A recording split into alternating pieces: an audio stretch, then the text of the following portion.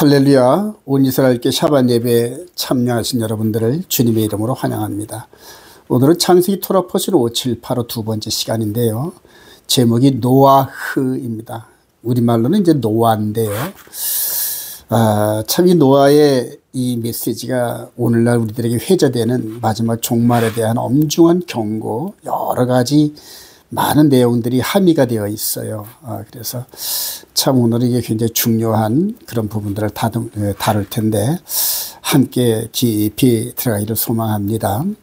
우리 창세기 6장 9절 이것이 노아의 족본이라 노아는 의인이요 그래요.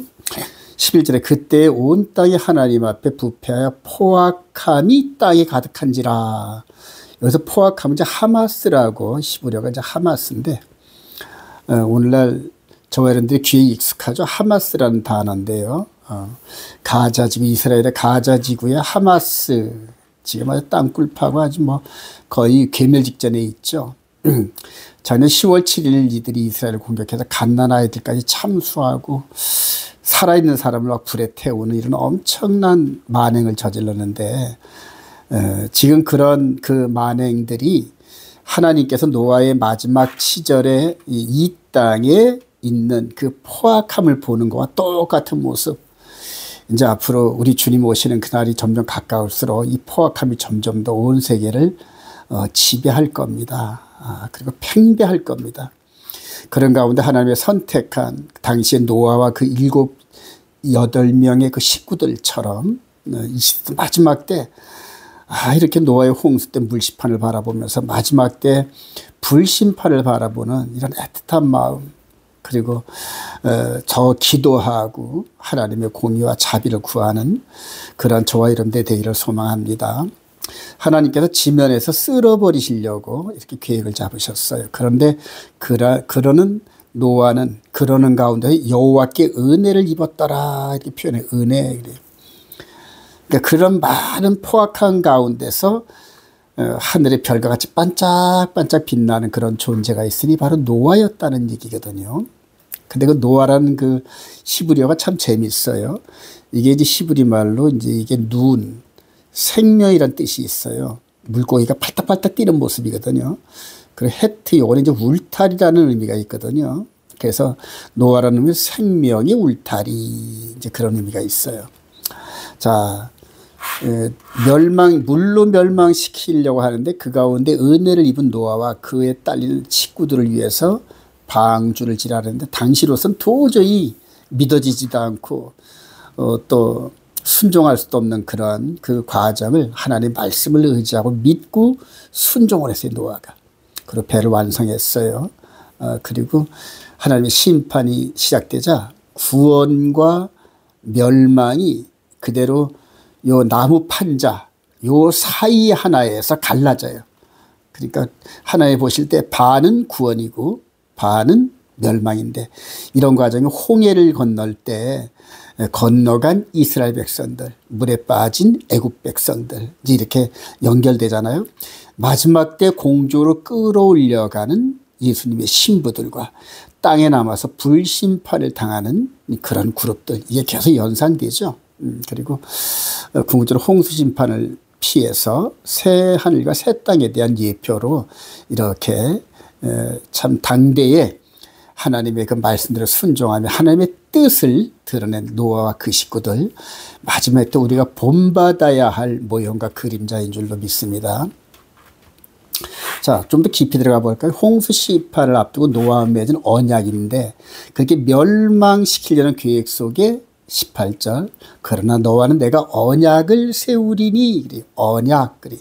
근데 그 언약의 내용이 방주를 지으라, 방주 안에 들어가라 이 얘기거든요. 그러니까 이게 이제 언약이라는 의미가 있어요. 이 방주 자체가 하나님의 언약의 산물 그래요. 그래서 언약 안에 들어간, 즉 방주 안에 들어간 생물들은 살았고 나머지는 좀 죽었는데 여기에서 이 방주 안에라는 히브리 단어가 베테바거든요. 이 베는 이제 영어로 인이라는 그런 의미가 있어요. 테바는 십자가의 집을 보라 이런 뜻이 있어요. 그래서 하나님께서 예수님이 십자가를 짊어지시기 오래전부터 이 장차 되어질 영혼 구원의 비밀을 이렇게 믿음의 선진들, 즉 순종하는 선진들을 통하여 하나님이 큰 그림으로 보여주셨어요. 그리고 이제 경각적으로 모든 계시의 종착역이 바로 나무에 달리신 예수 그리스도거든요. 그리고 죽으셔서 장사되는 이 육신의 몸 안에 엔 크리스토스. 그래서 바울 사도가 그 유명한 그리스도 안에라는 방주 안에 그리스도 안에 방주 안에서 보이는 육신의 생명이 구원을 얻었는데 예수 그리스도 안에서는 보이지 않는 영혼의 몸이 구원에 이르는 이러한 계시적인 이러한 일들을 만들어낸대요. 사도행전 17절 30절 이는 정하신 사람으로 하여금 천하를 공의로 심판할 날을 작정하시고 이에 그를 죽은 자 가운데 다시 살리신 것으로 모든 사람들에게 믿을 만한 즉 부정할 수 없는 그러한 확실한 증거를 주셨습니다. 이렇게 선언하잖아요. 그래서 마지막 불심판 때에 노아의 방주 안에 들어가서 물심판을 피한 것처럼 예수 안에 들어간 심령들만 불심판을 면하는 이런 엄중한 시대에 저와 여러분들이 살고 있어요. 자, 노아의 홍수 구원의 방주, 구원과 심판의 모형 그래요. 그래서 노아가 600세 되던 해 둘째 달 곧 그 달 11의 날부터 비가 40주야를 땅에 내렸어요. 그리고 육지에 있는 모든 생명의 기운에 숨이 있는 거 다 죽었더라. 그리고 오직 노아와 그와 함께 방주 안에 있던 자들만 남았더라 그러잖아요. 이런 과정들 지었어요. 들어갔어요. 심판이 시작됐어요. 그리고 온 세상이 물로 덮을 때 홀로 이 방주 안에 있는 생명들만. 그래서 어마어마한 마지막 때 불심판에 대한 경고를 모형으로 보여준 거예요. 그래서 베드로 사도가 이걸 깨닫고 방주에서 물로 말미암아 구원을 얻은 자가 몇 명뿐이 겨우 8명이라 그래요.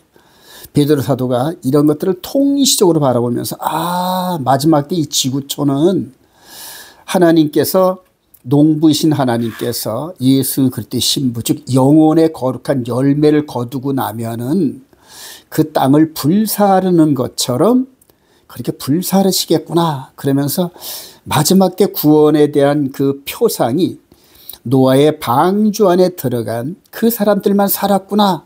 이제는 예수 그리스도 안에 있는 자들만 산다. 이렇게 선언하는 거거든요. 그럼 저와 여러분들은 이제 예수 그리스도 안에 있다는 게 도대체 뭐냐?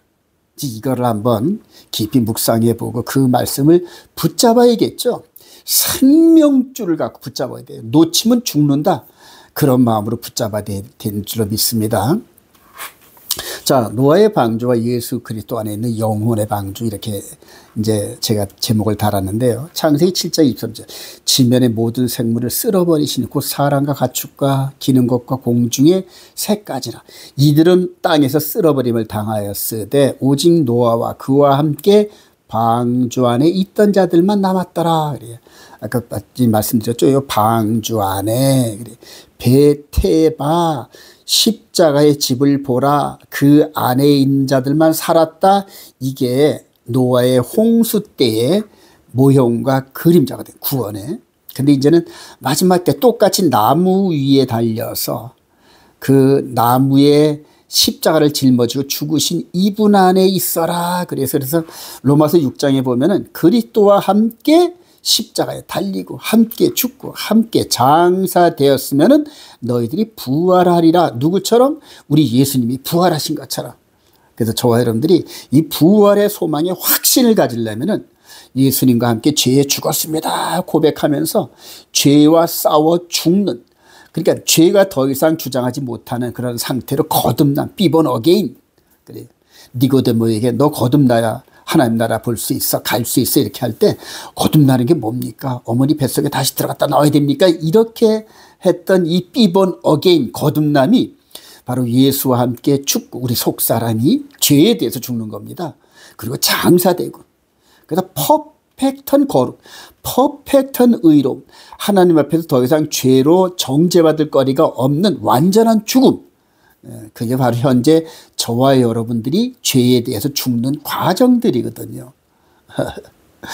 그렇게 해서 이제 그리스도 안에라는 이 신학적 용어가 생겼어요. 방주 안에 그리스도 안에.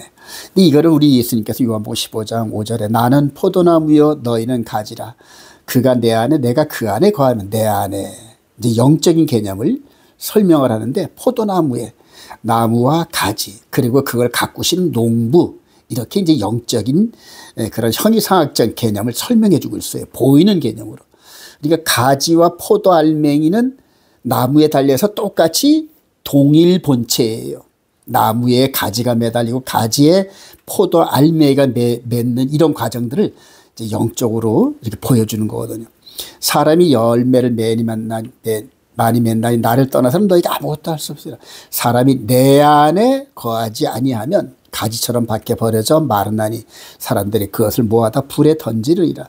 내가 아버지의 계명을 지켜 그의 사랑 안에 거하는 것 같이. 여러분, 하나님의 아들 예수 그리스도께서도 하나님 아버지의 계명을 지켰대요. 그럼 여기서 계명은 뭡니까? 십계명이거든요. 십계명을 몸소 퍼펙트하게 순종하면서 그것을 우리들에게 주신 거예요. 어디서? 시내의 산에서 주셨어요. 시내에서는 이스라엘 백성들에게 주셨는데 이걸 깼잖아요. 그러니까 이제 깨지 못하게끔 마음판에 기록하시겠다는 거거든요. 그래서 저와 여러분들이 예수를 믿고 마음판에 하나님의 계명을 예수님이 퍼펙트하게 지켰던 그 계명을 우리도 영혼의 몸으로 지킬 수 있다. 이렇게 해서 우리 가운데 심어주셨어요. 그리고 우리가 성령의 인도함 따라 그 말씀을 따라 찔뚝찔뚝 엎어졌다 넘어졌다 걸어가면서 장성한 분량이 이르면은 내 마음 안에서 십계명이 운행을 해도 조금도 불편하지 않아요, 여러분. 그래서 하나님의 계명은 지킬 수가 있는 겁니다. 성경에 지킬 수 있다 이렇게 나오거든요. 근데 저와 여러분들은 계명은 지킬 수 없다, 못 지키는 거야, 이렇게 결론을 낸 상태에서 신학을 전개했어요. 자, 그렇게 해서 너희도 내 계명을 지키면 내 사랑 안에 거하리라. 그래서 영적인 개념의 인 안에 있음은 서로 계명으로 연결된다는 걸 알 수가 있어요.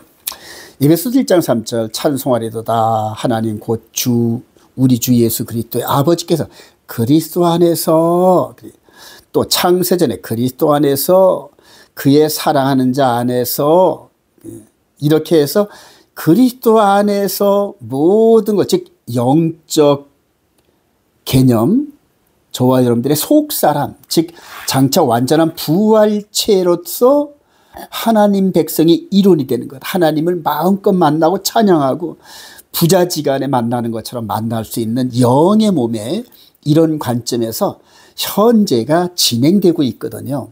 그래서 속사람이 그 소망을 가지고 육신의 소욕과 이 마귀의 미혹과 세상의 아픔과 괴로움 이런 것들을 이겨내는데, 그런 것들이 전부 다 농작물이 커가는 과정에서 병충해, 태풍, 비바람 이런 여러 가지 이런 과정들을 겪는 것과 똑같다는 겁니다, 여러분.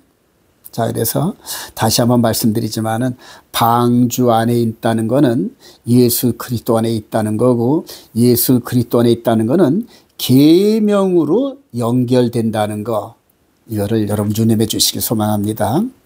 자, 노아의 홍수는 종말 심판의 모형인데요. 자, 우리 예수님께서 이렇게 제자들을 이렇게 데리고 가면서 감람산이라는 곳에 올라가셔가지고 먼 하늘을 스크린 삼아서 마지막 내가 다시 올 때쯤에는 노아의 때와 같다 그러면서 기록된 창세기의 메시지를 좀 설명해 주고 계시는 거예요. 제자들은 이제 이거를 듣고 있는 거죠. 그래서 우리 예수님께서도 기록된 구약의 모세오경, 시편, 선지서에 있는 말씀을 기초로 해서 말씀을 비춰서 제자들에게 설명을 해주고, 그리고 미래를 조명시키셨어요. 마태복음 24장 30절 노아의 때와 같이 인자의 임함도 그러하리라. 여러 가지 뉘앙스가 있죠. 우선 죄가 관영을 할 테고요. 특히 동성애, 이거는 아주 겉으로 드러나 하나님 미워하시는 거죠. 그 다음에 하나님의 말씀을 대적하는 거예요. 말씀 대적. 예, 하나님 말씀을 대적하고 이런 현상들이 일어나는 거예요. 자, 그리고 또 노아의 홍수 때가 되니까는 다 멸망당한 게 아니라 순종한 노아와 그 식구들처럼 순종하는 소수의 사람들이 있다는 거거든요. 자, 이런 걸 유념하면서 보십시다. 38절 홍수전에 노아가 방주에 들어가던 날까지 사람들이 먹고 마시고 장가들고 시집가고 있으면서 홍수가 나서 그들을 다 멸하기까지 깨닫지 못하였으니 인자의 임함도 이와 같으리라. 그래요. 여러분들 지금 깊이 깨어서 주님의 신부로 단장하는 이런 사람들 깊이 들어가요. 그리고 주님 신랑 되신 주님이 언제 오시나 하고 사모하는 마음으로 이렇게 기다리고 있어요. 자, 42절 그러므로 깨어있어라 어느 날에 너희 주가 임할지 너희가 알지 못함이라. 그래요. 이거를 이제 제자들이 받았어요. 히브리서 11장 1절 믿음으로 노아는 아직 보이지 않는 일에 경고하심을 받아 경외함으로 이렇게 두렵고 떨리는 마음으로 방주를 준비했다는 거거든요. 그리고 구원을 얻었다. 그래요. 베드로전서 1장 8절 예수를 너희가 보지 못하였으나 사랑한다. 이제도 보지 못하나 믿고 말할 수 없는 영광스러운 즐거움으로 기뻐하니 믿음의 결국 곧 영혼의 구원을 받음이라. 그래요.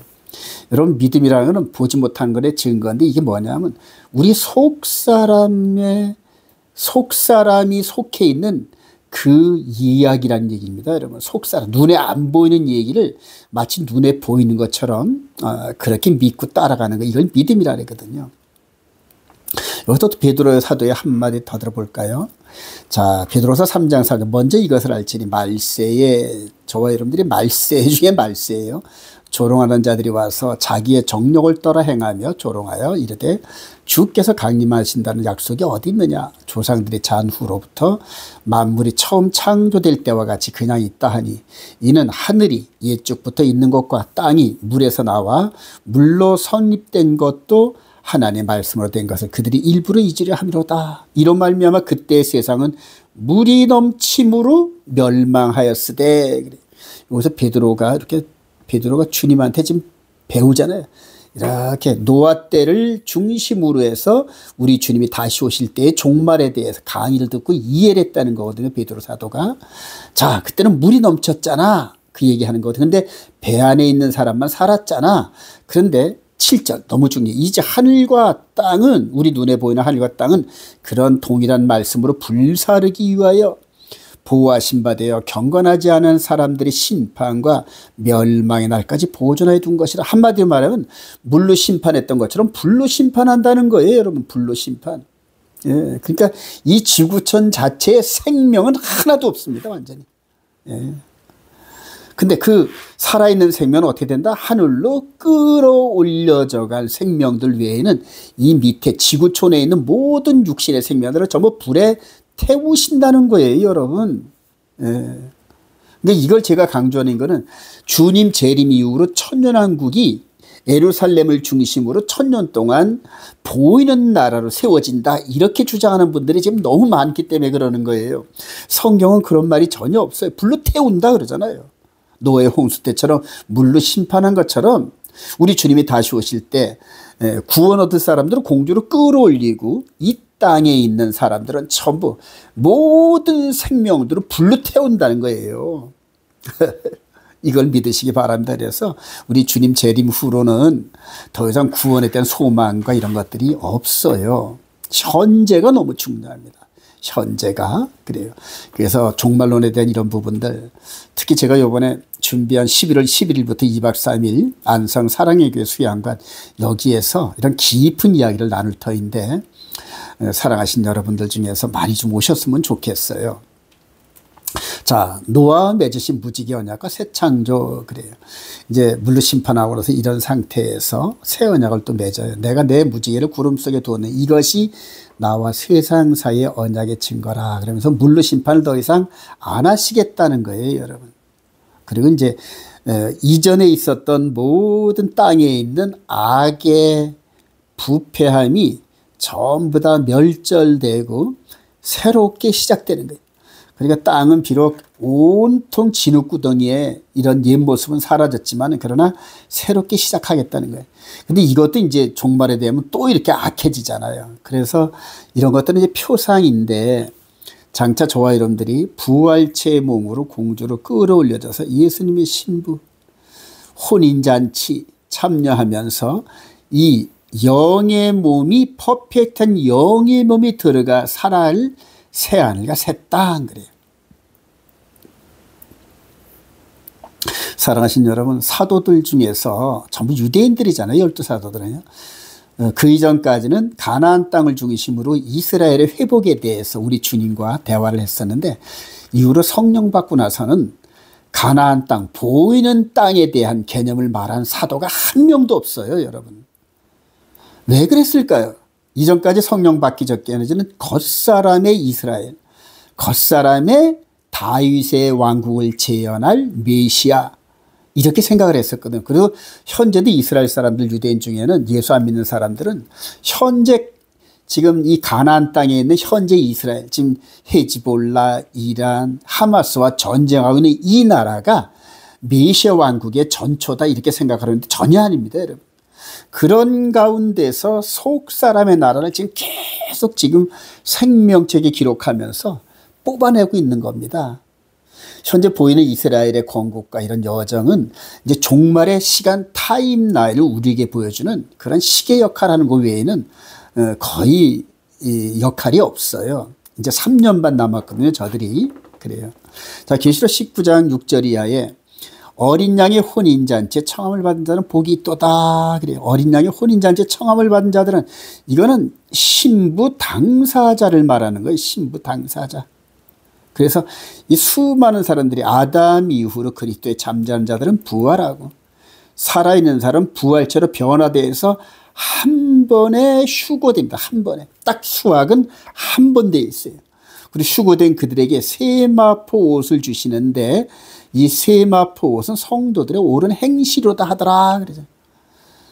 우리 마태복음 22장에 왕이 잔치를 배설했는데, 나라의 본 백성들을 오지라니까 전부 다 죽여버리고 열방에 있는 모든 사람들을 초청해서 많은 손님들이 왔는데, 유독 옷을 입지 않고 온 사람은 바깥으로 내쫓는 그런 장면이 있잖아요. 결과적으로 이 혼인잔치는 옷이 중요한데, 세마포 옷이 중요한데, 그 옷이 우리 눈에 보이는 옷이 아니라 성도들의 옳은 행실, 그래서 삶을 살아내면서 하나님 말씀대로 순종하며 살았느냐 안 살았느냐, 이게 중요하다, 이 얘기거든요. 이 의미는 뭐냐면, 마치 누에 꼬치가 나방으로 변화되기 전에 자기가 그 안에 들어가서 변화되는 과정을 보호하려고 명주실을 뽑잖아요. 그런데 그게 나중에 비단이 되잖아요. 그런 식으로 저와 여러분들이 장차 영의 몸이 육의 몸을 뚫고 나오고 난 다음에 벌거벗은 몸이 되지 않기 위해서 세마포 옷을 지금 현재 옳은 행실로 짜고 있다는 거거든요, 여러분. 그래서 신부 혼인잔치에 참여할 그런 모든 것들을 현재 준비한다는 거예요. 그리고 계시록 21장 1절에 또 내가 새하늘과 새 땅을 보니 처음 하늘과 처음 땅이 없어졌고 바다도 다시 있지 않더라. 그래요.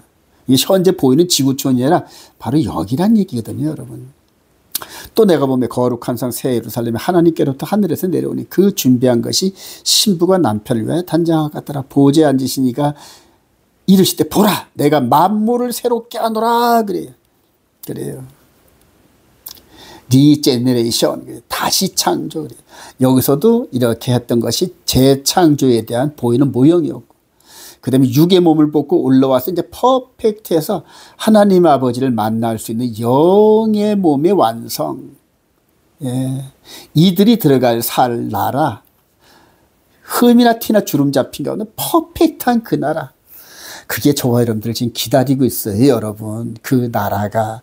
근데 그 나라가 현재 장래에 있지만, 그러나 그 나라가 현재로 우리 안에 들어와서 성삼위 하나님이, 아버지 하나님은 계명으로 계시고, 우리 아들 예수님, 우리 신랑은 우리를 위해서 대신 십자가의 피로 계시고, 그리고 아들의 영신 성령님이 우리를 넘어질까 봐 그냥 신부단장하면서 그냥 우리를 이끌어 가시는, 현재 우리 안에서 성삼위 하나님께서 운행하시는 거 여러분 느끼시기 소망합니다. 그래서 예수를 나의 구주로 영접하고 마음에 새겨진 계명을 따라 순종하며 삶을 사는데, 그것이 성령님의 인도하심이에요.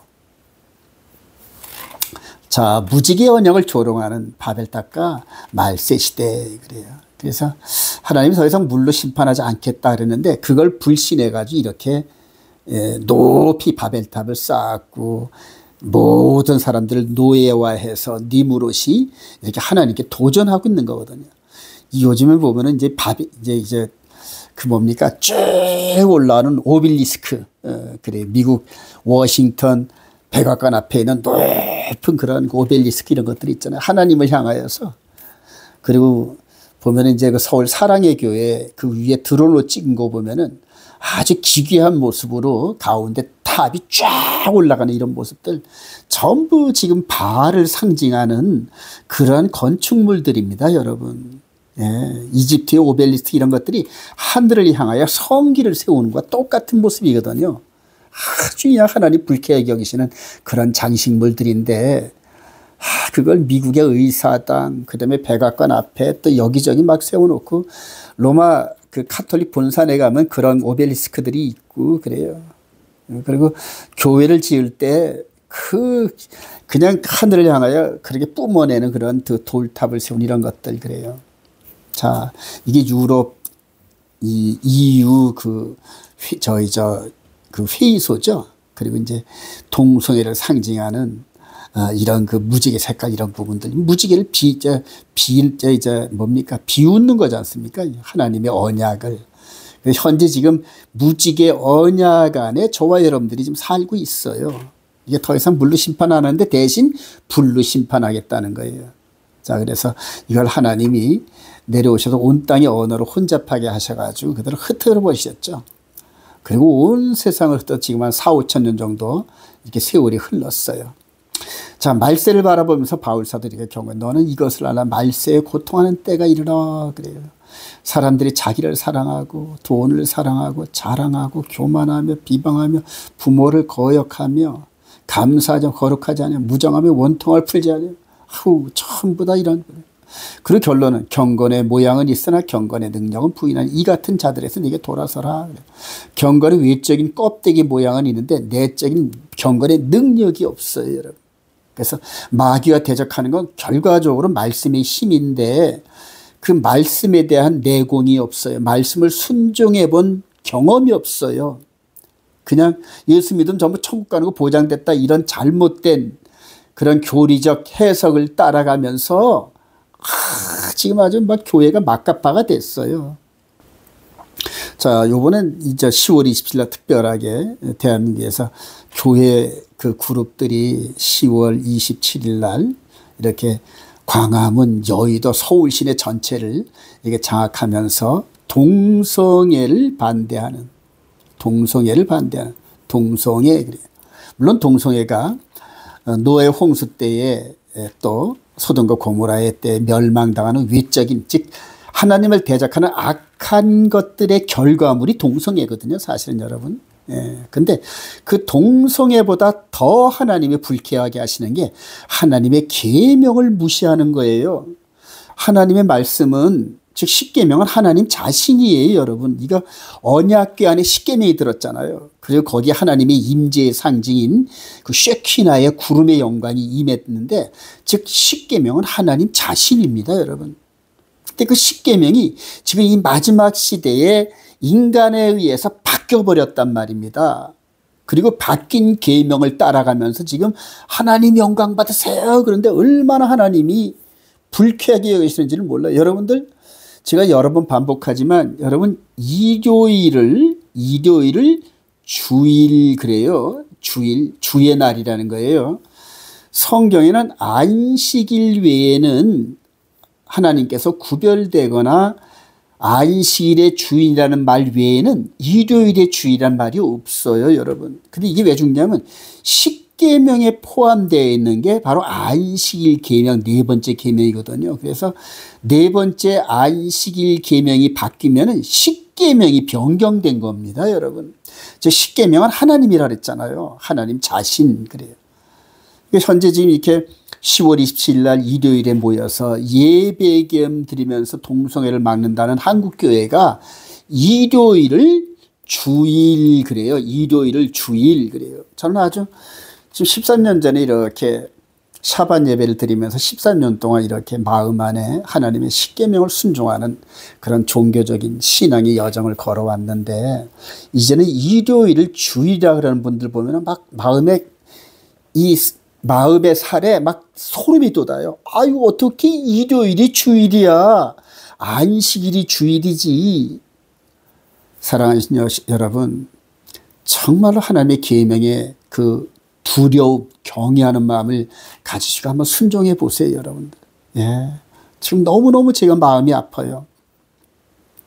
자, 결론입니다. 예수 그리스도, 즉 영혼의 몸의 방주 안에서 하나님의 처소로 준비되는 성도들, 그래요. 에베소서 2장 20절 바울 사도가 너희는 사도들과 선자들의 터 위에, 즉 성경이거든요. 성경의 터 위에 사도들은 이제 신약을 이렇게 서신서를, 선자들은 구약을 이렇게 기록했죠. 그 터 위, 즉 성경의 터 위에 세우심을 입은 자라. 그리스도 예수께서 친히 모퉁이 돌이 되셨대요. 구약과 신약과 우리를 연결하는 모퉁이 돌, 그래요. 그러니까 이 모퉁이 돌은 모든 건물이 서로 연결되는 중심돌을 얘기하는 거거든요. 자, 그분 안에서, 예수 그리스도 안에서 건물마다 서로 연결하여 주 안에서 성전이 되어가고, 그래요. 너희도 성령 안에서 하나님이 거하실 처소가 되기 위하여 그리스도 예수 안에서 함께 지어져 갔느니라. 그래서 예수 안에, 방주 안에, 예수 안에, 그리고 이 계명이 십자가와 함께 우리 마음에 피가 뿌려지고, 그리고 뿌려진 그 피로 인해서 거듭난 우리 속사람의 마음판에 계명을 기록하시고, 이게 새 언약이거든요, 여러분. 너무너무 중요한데 간단하기도 합니다. 자, 요한일서 3장 23절 그의 계명은 이것이니 곧 그의 아들 예수 그리스도의 이름을 믿고 그가 우리에게 주신 계명대로 서로 사랑할 것이라. 그의 계명을 지키는 자는 주 안에 거하고 주는 그의 안에 거하시나니 우리에게 주신 성령으로 말미암아 그가 우리 안에 거하신 줄을 우리가 아느니라. 그러면서 요한 사도마저도 이렇게 방주 안에 예수 그리스도 안에 있다는 이 개념이 서로 다 계명 순종으로 연결되는구나, 이걸 깨달았어요. 사랑하신 여러분, 우리 마음에 새겨진 이 하나님의 거룩한 십계명, 이 어마어마한 이런 그 엄청난 사실을 깨닫기를 소망합니다, 정말. 자, 에베소 4장 21절 진리가 예수 안에 있는 것 같이 예수 안에 진리가 있어요.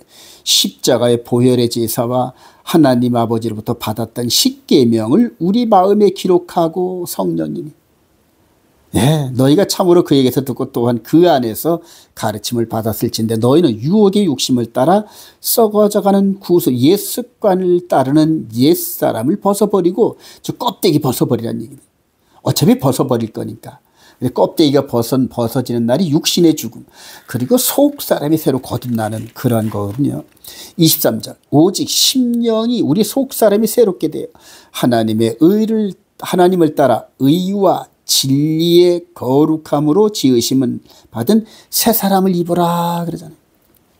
즉 겉사람은 후패지나 속사람은 날로 날 새로워지는데 이게 바로 예수 그리스도의 보혈의 피가 우리 마음에 뿌려지고 그 뿌려진 거기에 성령님이 들어오셔서 살아서 움직이는 말씀으로 십계명을 기록하시고 그리고 우리 보고 순종하라 그러면서 하나님의 형상을 닮아가는 그 과정이 바로 예수 그리스도 안에 있다는 거예요.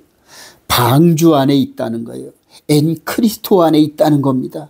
그리고 창세전에 그리스도 안에서 우리를 위하여 하셨던 그 사랑의 열매, 하나님을 닮은 열매, 예수님의 신부다운 모습, 그런 모습으로 꼴지어져 가면서 우리 주님이 오실 때 공주로 끌어올림을 당해서 정말 영광의 하나님을, 영광의 혼인잔치에 참여하는 저와 여러분 되시기를 주님의 이름으로 축원드립니다.